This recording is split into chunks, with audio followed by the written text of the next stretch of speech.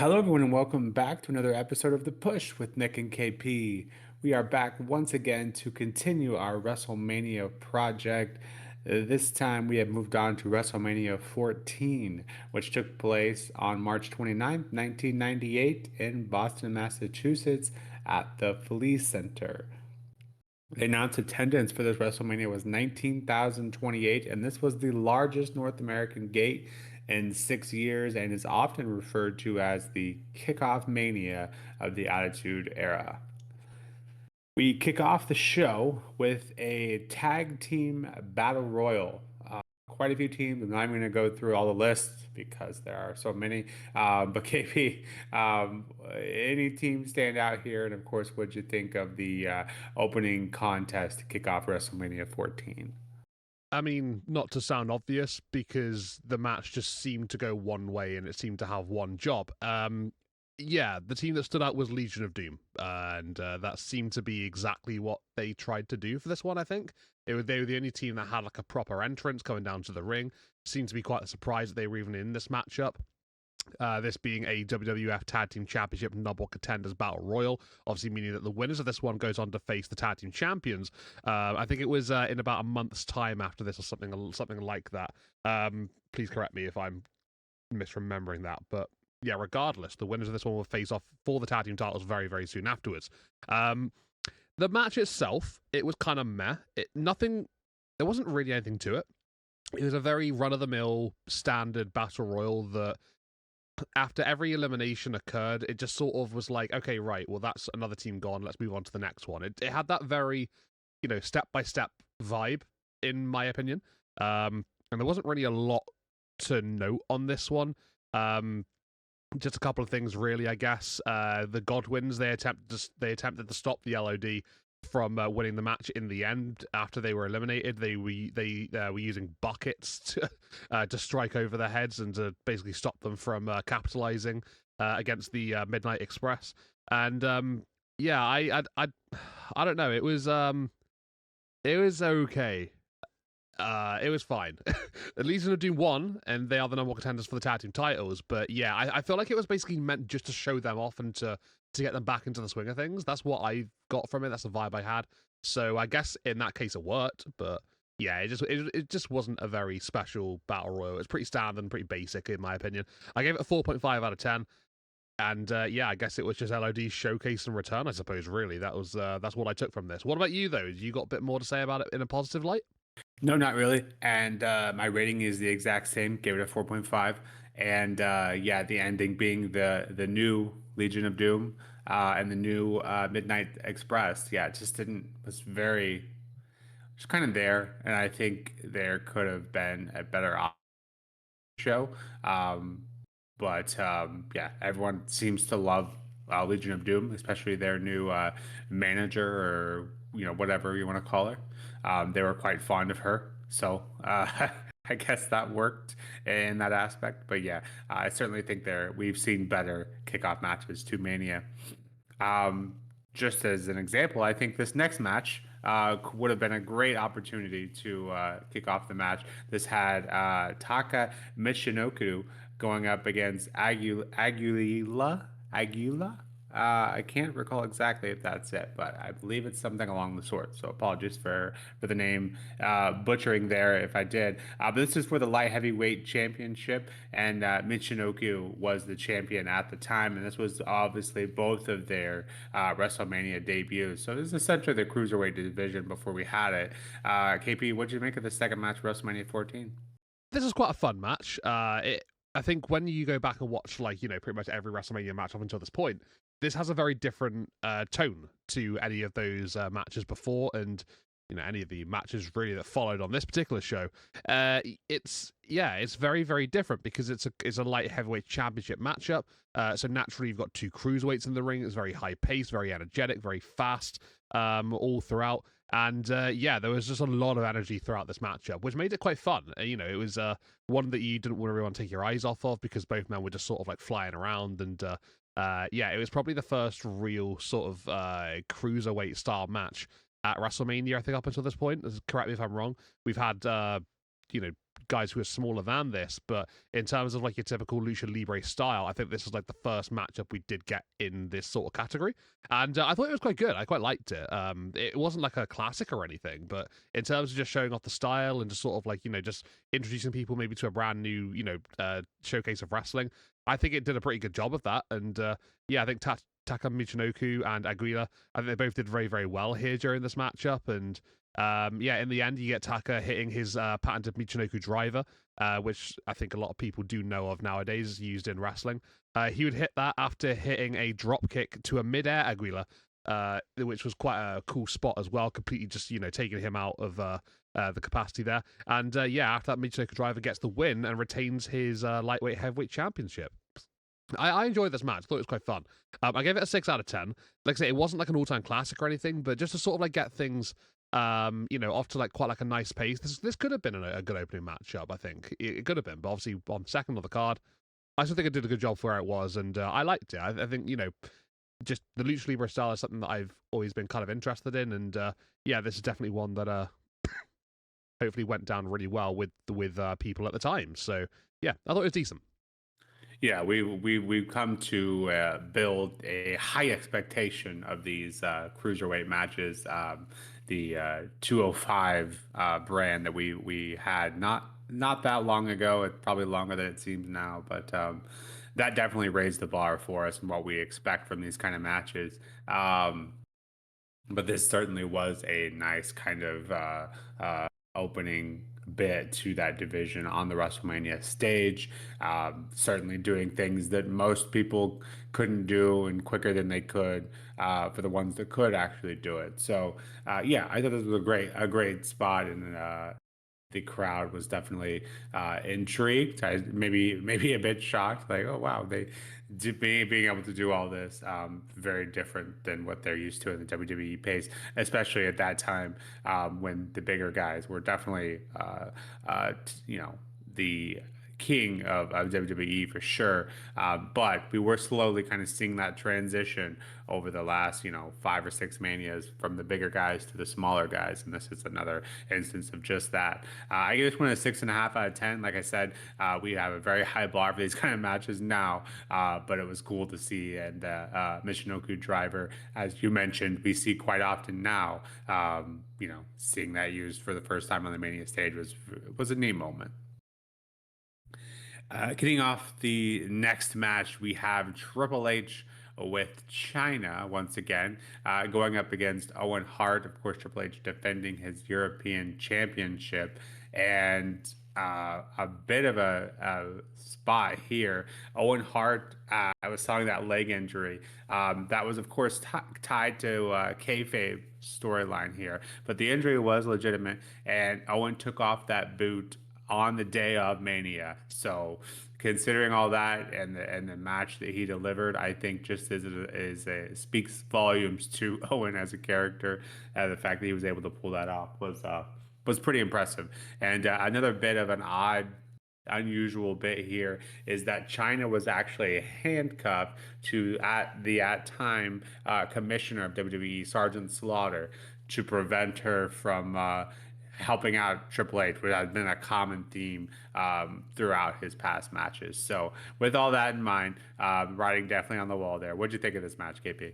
I thought this was a good match. Yeah, I think Owen Hart. You couldn't really tell that he was, literally just coming off of a extremely bad foot injury and literally on the day taking that boot off. I think the both men seemingly just put on a really good contest together here. European Championship on the line as well made it obviously a little bit extra special. I think just the way it sort of gelled together was pretty good. It was decent back and forth, competition. Thought that was pretty good. The storytelling worked really well. Especially with Chyna, like you said, being handcuffed to Slaughter on the outside. And I thought the finish was good as well. So, let's just go down how the late stages turned out here in this one. You got Owen having Hunter in the sharpshooter. And like I mentioned a moment ago, Chyna, who's on the outside, being handcuffed to Slaughter, she's able to sort of like get close enough so that she can sort of like pull Hunter's hand onto the ropes, so obviously stopping the sharpshooter from continuing to be held. Once the hold is broken, a few moments later, Chyna throws like some powder in the face of Slaughter, Not entirely sure where she did get it from. I'm guessing she always had it or something like that. But yeah, regardless of the fact though, powder right in the face of Slaughter, and yeah, he just is completely blinded by this, so he's completely out of commission at this point. Ha, good joke. He turns around. Sorry. Owen goes to check on Slaughter, and then after he does so, he turns around, only to be low blowed by Chyna, though, with Hunter having distracted the referee at this point. And yeah, that gives Hunter enough time to go over, hit a pedigree, and to get the victory. So, like I said, I like the finish. I think it was a good finish for sure. I think there's a lot of elements to it. You had obviously the interaction from the outside, the storytelling with Chyna, and then the helping of Hunter, the powder, the low blow, the pedigree. Yeah, it all just set up really nicely for a decent finish. So yeah, I thought the match was good. I enjoyed this one. It was a pretty decent watch, and I gave it a 7 out of 10 overall. Yeah, I think this one was not bad at all, to be fair. But yeah, I liked it, and I thought these two did pretty decently considering the situation with Owen Hart and obviously what he'd been going through recently. So fair play to both men. You couldn't really tell. Yeah, and essentially, I think I've said it, kind of in the last couple that we've seen Triple H, like he's just a very consistent performer, and I always hated him. And this is just another reason why he was always able to get the job done by any means necessary, if you will. Often coupled with backhanded tactics, and of course we've grown to like and admire the work of Owen Hart, and it was always kind of better than he was put on the card. I think that's fair to say. Um, but yeah, this match had a little bit of everything, your classic wrestling, and then even though the writing was a bit on the wall because they kept mentioning China being handcuffed and that she, could not interfere. Of course, she did.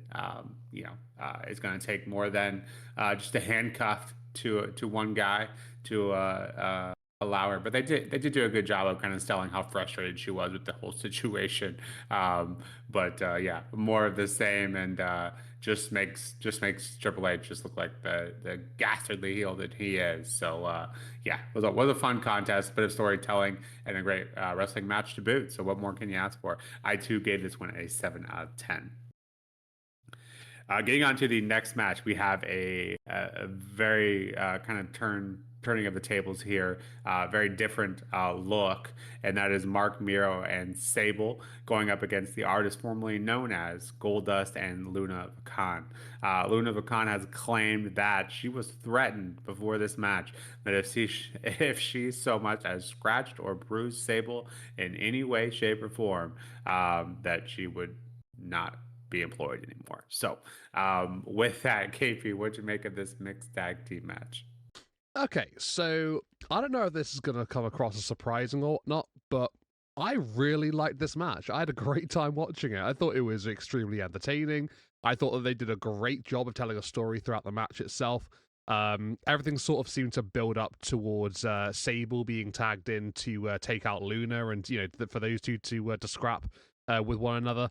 The crowd was extremely hot, especially for Sable in this matchup as well, when she was getting tagged in, and when she was getting close to getting her hands on Luna. Yeah, it was so heavily centered around that, but I had such a great time watching it as well. Like, I think that Marc Mero and what was I'm still just going to call him Goldust, right? The formerly known as Goldust. Yeah, I don't want to say that every time. We'll say it the first time, sure.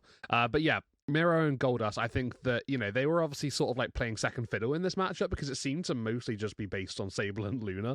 But I think that the two guys did a good job. They didn't sort of like shy away from it at all. Like, they were probably in the ring for the majority of the matchup here, and I think that they just sort of like set the scene, and they were able to sort of like let this one just naturally just go the way it was meant to go.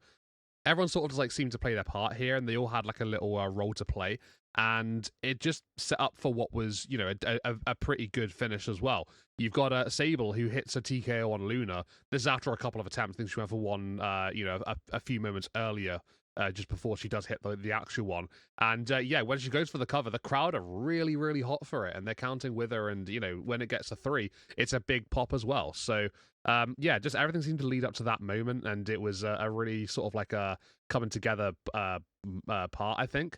But yeah, I mean, Luna had some bits of offense, prior to this as well. Like, it wasn't just like a one-way traffic thing, but it was sort of like a, maybe like acts of desperation from her, perhaps. Like, we saw her running away from Sable early in the contest, and when she was tagged in, literally go out the ring trying to hide from Sable. Guess she'd have a little bit of a cat and mouse situation, get back into the ring, tag Goldust in, and then obviously the guys had to go at it then. So yeah, it was very much a case of like, one woman wanted the other one, but the other one wanted nothing to do with the other. So yeah, it just worked. Everything was great. It just was fun to watch. It was entertaining. It was enjoyable, and it had a good story, which ultimately just worked out and just resonated with the crowd really, really well. So yeah, I gave it a 7.5 out of 10. It wasn't like a technical masterpiece or anything. It wasn't an all-time classic, but in terms of a fun match at WrestleMania, I think it did the trick. I like this one. What did you think, Nick?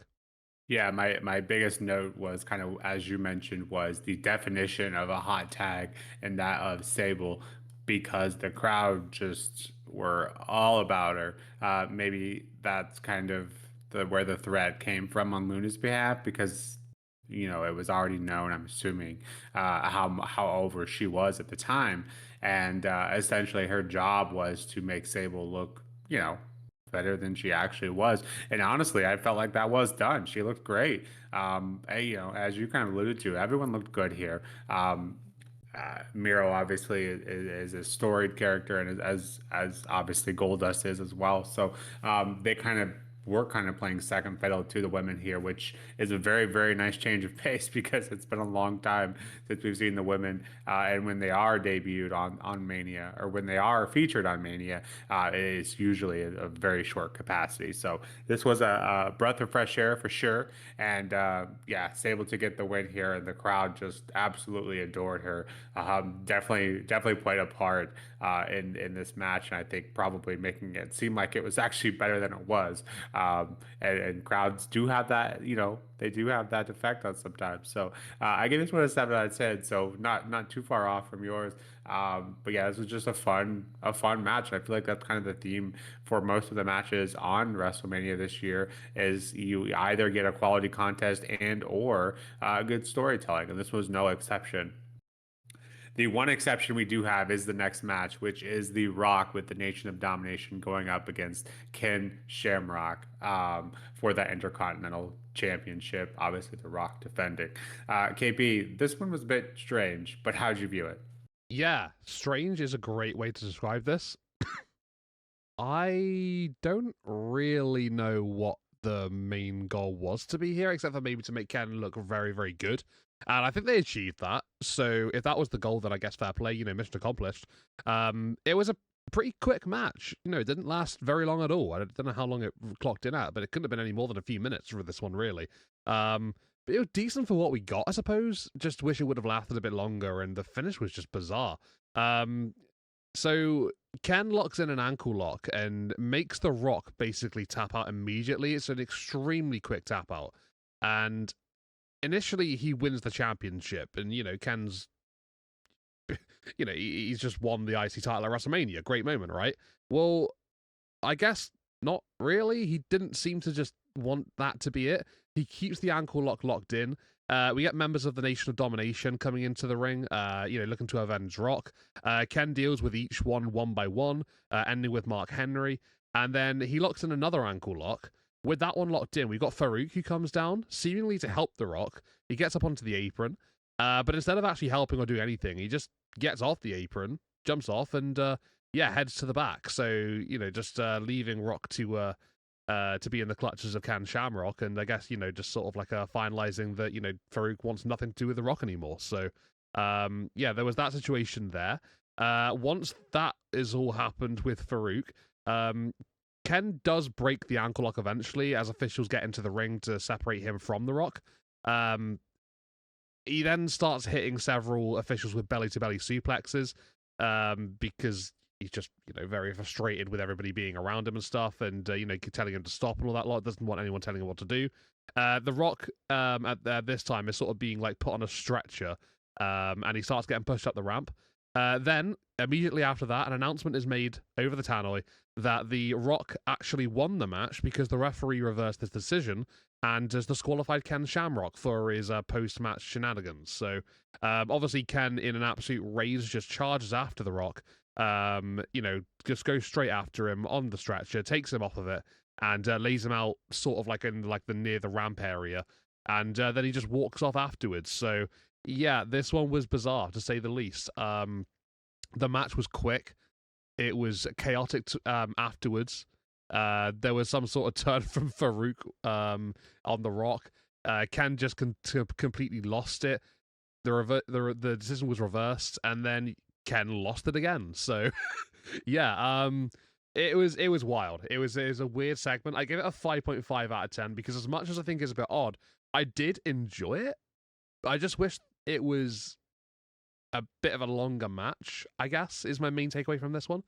But what I liked, what I saw, I kind of liked. So I don't really have too many complaints about it, but it was just a bit bizarre, that's all, And we just had Goldust in the last match, so say what you will about that. What did you make of this one then, Nick? Obviously, there's a lot to talk about, and it's all very out of the ordinary, right? Yeah, and I think as you kind of alluded to, I think one of the main objectives here was to make Ken Shamrock, that crazy, someone they couldn't control guy, and I feel like it was effective in doing that. But for the match itself, it just didn't make a ton of sense. It was noted before the match that if The Rock is, has any DQs or gets counted out or tries to take the easy way out, that he would in fact lose his Intercontinental title. So clearly, coupled with the Nation of Domination, that was very very much likely going to be the outcome. So they try to put a stop to that. But then for him, Ken Shamrock to then lose the match because he wouldn't let go even after he had already won. I think that's got to be the first time I think I've seen that, at least that I can recall, a match being reversed because of something that happened afterwards. I can't recall that ever happening before. So that was just, I like kind of had to double take, like, wait, what? It was kind of confusing. But like I said, I think it was effective in setting Ken Shamrock up. But in terms of a good match, no, I won't call it that. And also, I found this interesting, and maybe this was just me, fresh off the heels of WrestleMania 13 in Austin, in the sharpshooter with the blood down the face and all that. It felt very similar to this, with The Rock having some blood in his mouth this time, with the ankle lock. It felt like they were trying to call back to that a little bit, maybe trying to set up The Rock as in a similar vein. But I don't. I think just because if that was their intention, maybe it was just kind of a cute way of them doing that. I don't think that was their full intention to have that kind of seem so similar. But being fresh on our mind because we had just watched it, it did give off those kind of vibes. But I don't think that worked. If that was their intention, maybe just a nice little callback is all that was supposed to be. But yeah, this is definitely a strange one and far from a good match and far from the best we've seen from either of these guys. And I gave this one a 4.5 out of 10. Just kind of annoyed me with the decision that they went with. And we said there's a lot to the first 10 minutes, but give this one 5 more actual minutes in the match. And I think we're probably rating it a bit higher. But yeah, I think that was kind of the one dud of the evening, at least on my end. So the next match has Cactus Jack and Terry Funk, I believe is his name here is Chainsaw Charlie, but everyone knowing him as Terry Funk up to this point, making his 20th coming out of retirement party, and this time going up against the New Age Outlaws, Billy Gunn and Road Dogg, defending those World Tag Team Championship in a dumpster match, which. I'm not sure if I recall seeing one of these. If I have, it's been a long time. But yeah, the objective of the match simply being both men must be in the dumpster and the lid must be closed. They're kind of similar to a casket match, but with the dumpster instead because, Cactus Jack and Terry Funk, it's just not their style to do anything normal. So this is what we get. KB, what'd you make of this one? Well, kick things off with my review here. This was my match of the night. This was crazy. This was a great watch. It was fun, entertaining, chaotic, crazy, nuts. There's some nice spots throughout, extremely entertaining. I think I probably mentioned a few things a few times there, but you know what it is. That's the general vibe I got from this one. It was just all over the place, but it was a good all over the place, right? Yeah, doing things a little bit out of style, a little bit differently, with a dumpster.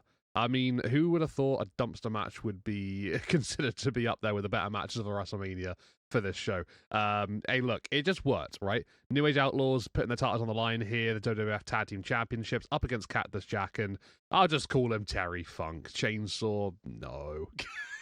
Doesn't sound right to me, but I get it. Yeah, it's a really good match. There was a whole lot going on in this one. They use the dumpster quite often. I think yeah, Cactus and Mick going in there a couple of times each, I want to say. On the second time, because obviously you got to get them both in the dumpster at the same time with both lids shut, and they weren't able to get that done, the New Age Outlaws, up until this point. On the second time of getting Terry Funk in there, it's a big power bomb, and it's a pretty hellacious spot going in there. You know, big power bomb goes shoves him right into the dumpster, and yeah, it looks pretty nasty. You know, the commentary team is selling it, you know, really, really highly. And then immediately following that, you got the New Age Outlaws with Cactus Jack, and they're sort of like brawling up the ramp and, you know, out of the arena, you know, towards the backstage area. It gets to a point where they arrive at some backstage place after like a little review happens, you know, like instant replay sort of thing. And they're by this like production crate with some really large empty bottles. I think it might have been Gatorade or something like that. Couldn't quite tell. But these bottles were like human sized. They were the size of, you know, like a like a teenager type thing. But yeah, regardless of the fact that, you know, they were around there, there's also a forklift nearby too. And after a little bit of a brawling around and your cat is getting thrown about and stuff by the New Age Outlaws, it gets to a point where he does get back up and he actually hits back with a steel chair. He knocks down both members of the New Age Outlaws, and then Terry Funk just appears in the forklift. I'm not sure what happened there. I'm guessing he just slowly made his way over and just appeared when he needed to be present.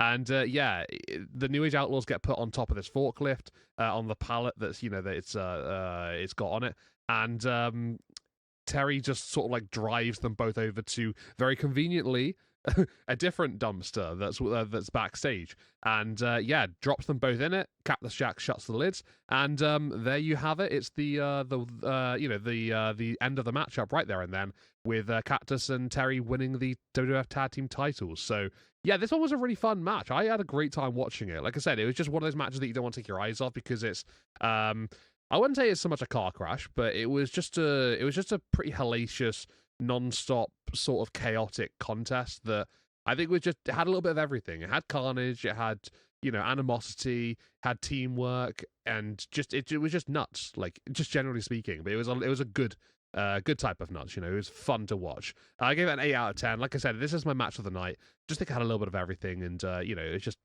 just great to see four guys just going absolutely insane over trying to put each other in a dumpster. It was one of those fun matches. Yeah, I will agree. I will continue to sing the praises of this match, and you know, kind of what we come to expect. Apparently, this was the backup plan for Cactus Jack and Terry Funk. The original plan was to have a best of seven death match, and this was to be the seventh and final payoff match between the two. But instead, they ended up tagging together. So quite the difference in storyline there. But Cactus was attempting to sell McMahon on that and had his attention, just couldn't get him that final go ahead. Just kind of think of what could have been. Obviously, Mick Foley has some crazy matches over the years, and would have been cool to see one of those, specifically the death match with Terry Funk, who their history is just so beautiful. It would have been cool to see that on the Mania stage. But alas, this match was pretty good as well. You know, Billy Gunn and Road Dogg obviously being, we know them as very consistent performers as well. And yeah, this match was just a ton of fun and a good wrestling match to boot. My one kind of nitpick was the ending with the forklift. It was a bit awkward. Didn't quite, you know, I would say they're kind of like, oh, well, this is taking longer than it probably should, you know, with them being on the forklift, kind of sitting as still as they are, and kind of having to roll off because it wasn't quite tilting, I think, as it was supposed to. But very, you know, very nitpick there, to what was, you know, otherwise a very fun match. It almost felt like they were kind of gelling the hardcore and the tag team titles kind of together. So yeah, ton of fun for that one. I gave this one a 7.5 out of 10. Wasn't quite my match of the night, but definitely towards the top of it. Getting into what I call the match of the night, I have the Undertaker going up against Kane, who now has Paul Bearer at his side. So this is the WrestleMania debut of Kane and taking Undertaker's old kind of manager and Paul Bearer. This one was personal. This one was a ton of fun for me. Getting to see these two guys go at it and seeing how much punishment they put each other through, and not your typical, when we think of big man matches, and KP and I typically aren't a fan of those. This didn't feel like that. It felt like this was something more personal, and both guys kind of bringing up their game here, especially Undertaker, who has had more stinkers than not in WrestleMania. I think that's we've agreed to that at this point, and to see Undertaker back on the good side, I thought this was a nice change of pace. But KP, what'd you make of this? The Brothers of Destruction going at it at WrestleMania. I'd always thought it was later in time, but it wasn't. The last it was WrestleMania 14 that they had this blow up. What'd you think of it? Not bad match to be fair. I think that we talk about Undertaker's matches and how they've been pretty stinky for the most part. This is definitely up there with his best ones, I think, so far up until this point. Anyway, yeah, this one was interesting because I mentioned on I think our WrestleMania 13 podcast about how the commentators said they'd never seen anybody dominate Undertaker at WrestleMania quite like Sid was doing, and that was obviously the match last in the previous WrestleMania to this one. And the commentators then mentioned this year, and absolutely rightfully so, that they'd never seen anybody dominate the Undertaker quite like Kane has, and it was absolutely very merited. Having said that, because this was essentially a Kane showcase. That's what I'm calling it, because he was extremely dominant. From start to finish, he looked very, very good. There was a lot, and I say a lot, it was most of the matchup that he was in control and he was dominating Undertaker. He was dragging him around the ring, and it was just basically just, him just doing everything he could to inflict punishment upon Taker. And I think, mission accomplished making him look good because, he absolutely did. He looked extremely strong in this one. The start was pretty good, I thought. Had a nice little pace to it.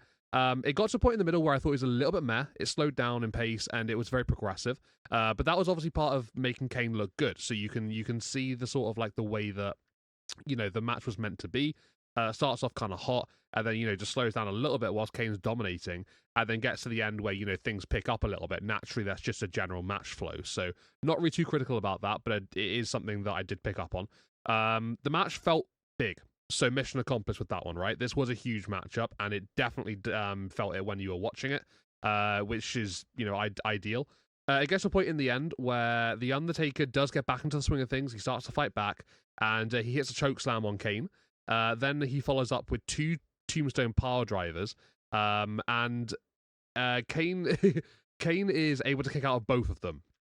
Undertaker hits a diving clothesline quickly after that, his classic sort of like leaping clothesline that he does. And then he hits a third tombstone, and that allows him to get the victory in the end. So this was very much built around just showing Kane off and basically just seeing how destructive he can be, how dominant he can be. And like I said, that worked really, really well in the matchup. So I think that dynamic was, to a T. Undertaker, in terms of what he can do, I think he probably did be made to look a little sort of like second best in this one. Is that a bad thing? Probably no, because he still won. So he obviously had a lot of adversity overcoming the punishment from Kane. So I guess you can't really say it's a bad thing either, because the resiliency that he showed, just worked a treat as well, I guess. But he was dominated for a large part, so I can see maybe why people could maybe think that he didn't get enough offense in. But I don't think it did too much of a detriment to himself, and we all know what Undertaker does going on from this, into the rest of his WrestleMania streak. So it obviously didn't play much of an impact. But just Paul Bearer being on the other side as well just looks odd, right? Just not being in Undertaker's corner, but alas, that's the way the story went, and it is cool to see a different way of going at it. To be fair, but I thought this was a good match. To be fair, I did quite like it. A little bit post match content. You've got Bearer, who's obviously allying with Kane here. He tosses a chair into the ring, and Kane sort of like fights back, hitting a tombstone power driver of his own onto Undertaker. and actually lands it onto the chair as well. So that allows Kane and Barrett to walk off, having that last sort of like moment of looking strong, which again, I mentioned, that seems to be the way they did things here in this matchup. So yeah, I thought it was good. I gave it a 7.5 out of 10. In terms of what Undertaker's had at WrestleMania, this is definitely up there with his better matches. I just did feel that that middle section was a little bit slow and sluggish, but like I said, it didn't really have too much of an effect. Still very positive rating, and yeah, did wonders for Kane, especially here in this one. But yeah, what did you make of this one, Nick? You say this is your match of the night, right? How highly did you rate it? Yeah, and you bring up a good point in that they mentioned that last year for Sid's match with Undertaker, but obviously that match wasn't good. And this match kind of pales in comparison to the abuse that Taker kind of takes, as you alluded to, very much building up Kane. Having seen this match obviously very recently, and kind of forgetting the storyline, not that I'd forgotten it completely, just it wasn't at the top of my mind. The story that they had brought up to kind of sell us that these guys were brothers and that the Undertaker burned down the house and that Kane was still in there and that's why he has this disfigured face. And I don't know how I could forget it, but as soon as I heard that, I go, "Oh yeah, I forgot about that." That was the story that they gave, and so because these guys are brothers, Kane should be just as good as Taker, right? And this was very much selling that to take because this wasn't common back then. As it is today, we see 12 finishers to finish off a match. One of the downsides of the current product.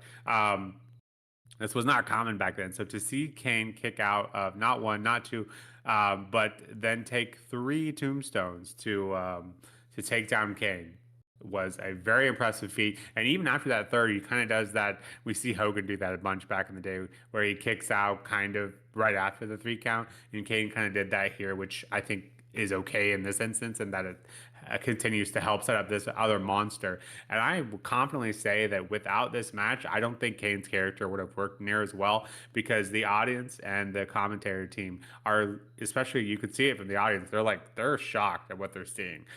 Three tombstones to take down this monster. Yeah, say what you will, but maybe Kane doesn't work as well as he does without this match because this just set him up as an absolute monster that he is. So yeah, for that, I thought this was a ton of fun. Seeing Taker kind of run over the ropes and to the announce table. That wasn't a spot we saw every match like we do today either, especially from the big guys that we see here. So yeah, I thought this was just a great kind of storytelling and just absolutely brutal by both these guys here to have to go through all of their ammunition, if you will, to take out the other person, and then again to have Kane walk away as the bigger guy here was just such a statement for me. And so maybe a bit of a nostalgia coming into play there, just to see what kind of lifted off the career of Kane. But yeah, this did it for me, and I gave this one an 8 out of 10. Like I said, match of the night for me. Then we get into the main event, which has Stone Cold going up against Shawn Michaels. The Mike Tyson bit was a bit odd in here, but this he was essentially at the time supporting DX, but was there to be the special ring enforcer for that WWE Championship that Shawn Michaels was defending.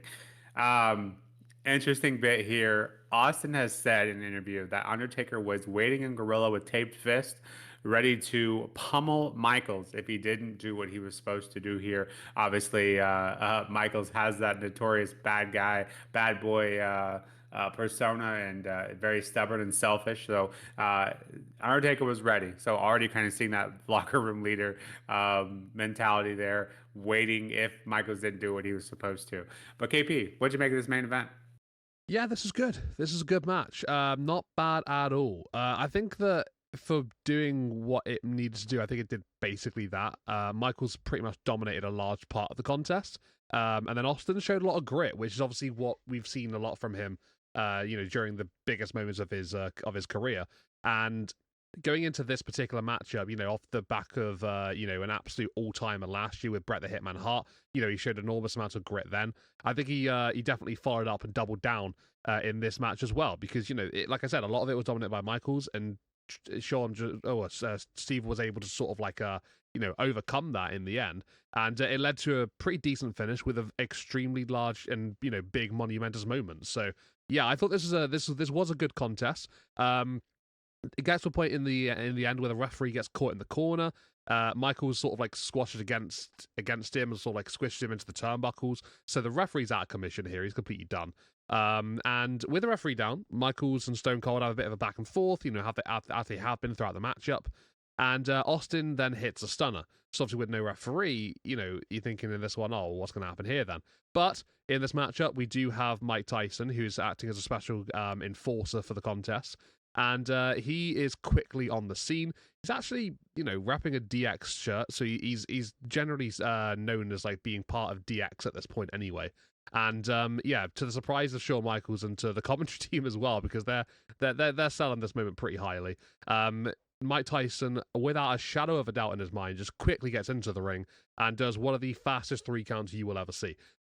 So yeah, awarding Stone Cold the win after that stunner from him, and yeah, granting Stone Cold the WWF Championship. So it was it was a really good match. I thought just had a little bit of what you wanted from a main event feel. Big fight element to it, and obviously being for the WWF Championship, it's naturally just going to transition to that. But yeah, these two men, they put on a good show. I like the storytelling involved here, and yeah, Shawn went out looking pretty strong still, I thought, and Steve Austin, this was obviously part of his rise up, and like you said, the birth of the Attitude Era and things. So what better moment that you can have than literally essentially sort of like a passing of the torch style situation here, going into that Attitude Era with literally the face of the Attitude Era himself, Steve Austin, winning the WWF Championship. So I think that just sort of seemingly just transitioned really nicely. The moment was there, they capitalized on it, and it was just perfectly done. So yeah, in that respect, very, very good. The match wasn't like a all-time classic in my opinion. It was good. It was it was enough to do what it needed to do. But I gave it a 7 out of 10. So like it's still held highly in my regards. But yeah, I don't think it was sort of like anything particularly special. But it did the fundamentals right, and it did everything that it needed to do. So yeah, very, very good. And yeah, what you mentioned about Undertaker, that's kind of a little bit crazy. I don't know if my timeline was right, but I'm pretty sure this is where Shawn Michaels was starting to sort of have a few little outside of the ring issues. Let's just leave it at that. But in terms of maybe that correlating there, that probably could have been the case. But yeah, I thought that besides that, these guys did put on a pretty good main event. So we've seen a lot worse than this, haven't we, Nick, in these WrestleMania run through so far. So what did you make of this Mania main event in terms of maybe a passing of the torch moment, perhaps, as I described it? Maybe you agree with that description. But yeah, what did you make of both men and how the match has sort of transpired? Yeah, beautifully said. Honestly, passing of the torch is definitely, I think, what we're seeing here, and it's funny how quick people's time in and out go from a WrestleMania standpoint. Because here we are, WrestleMania 14. We've already kind of seen that a couple times, obviously with Hogan, and now with Shawn Michaels to Stone Cold. I think in terms of the match itself, it is good. It's there's nothing bad about it, but I think kind of especially from Austin's side, having him see come off what we both gave a perfect rating, which I can't recall the last time that's happened. Just in general, just not including this WrestleMania match only, just everything, all the podcasts we've done. I can't recall the last time we both gave that a perfect rating. But having just come off that, I think just comparatively speaking, had we not just watched 13, maybe we would have given it a bit higher, perhaps. And then obviously Shawn Michaels, has his slew of matches in his career as well. So having watched a good majority of his too, I think that could come into play here in terms of, this match is good, but it's just missing something to kind of push it up to that next echelon, at least for me. And, based on your rating and kind of how you threw it out there, I think kind of the same for you as well. So yeah, it's good, just not great. But I think for me, the kind of the ending and then the post match, obviously, Well, first of all, Shawn Michaels having to have the record for the most time being bare-assed on WrestleMania. It has to be a strong record. Um, he loves to have that moment in there. But the fast count by Tyson, the iconic call from JR, the Stone Cold. The Stone Cold era has begun. And just like that, kind of as if 13 wasn't enough to get him over. This one certainly does. Finally climbing that mountain, getting the championship, and this whole kind of WrestleMania having that Attitude Era feel to it. Now with the kind of the leader of that era and Stone Cold at the top. It just feels like it's so beautifully done and just such a, chef's kiss, if you will, to kind of send off this WrestleMania. And yeah, great match. And if I didn't give it a rating already, can't recall if I did, but I give this one a 7 out of 10. Like I said, it wasn't bad by any means, and it was good. I just didn't have that kind of next level to get it to the great, at least in my opinion. So, especially from a main event, which you always have a higher standard for. So, with that, KP, WrestleMania 14. Yeah, what you think of it overall? Of course, your overall rating. Any final thoughts you have for this one? And this is kind of KP and I both taking a big breath here because this is kind of the last busy work, if you will, for the WrestleManias. I know we've talked about it a few times before, but after this, we're going down to one WrestleMania per week. So we've had to put in some work to catch up to that, and then that will get us up to WrestleMania 42 on a one Mania per week basis. So this feels like a big weight lifted off our shoulder. And these last three manias have been pretty good, right, KP? At least I think for you as well. These last three manias have been ranked definitely up there. I think the highest, but all three have been ranked similarly high. Any final thoughts for this one, KP? Yeah, you're right. I think the WrestleManias definitely have gone in the right direction recently. They've been a bit of a up in quality, which has been quite nice. And I think, watching the very early ones with so many matches and, just quantity over quality in that respect, I think, things have picked up. And by no means necessarily, they're not perfect at the moment, but they're better. And that's something that I can resonate with. Are we talking like what, roughly about 5.5s in those early ones? Now we're talking what, 6.5s roughly, give or take. I mean, this one I gave a 6.5. So yeah, I think just generally there is a big gap in quality. It doesn't sound like a lot, but 5.5 to 6.5 is a pretty big gap. And it tends to be you get those matches that are just like little quick filler ones that didn't really mean an awful lot. I mean, you could say there was one in this WrestleMania with The Rock and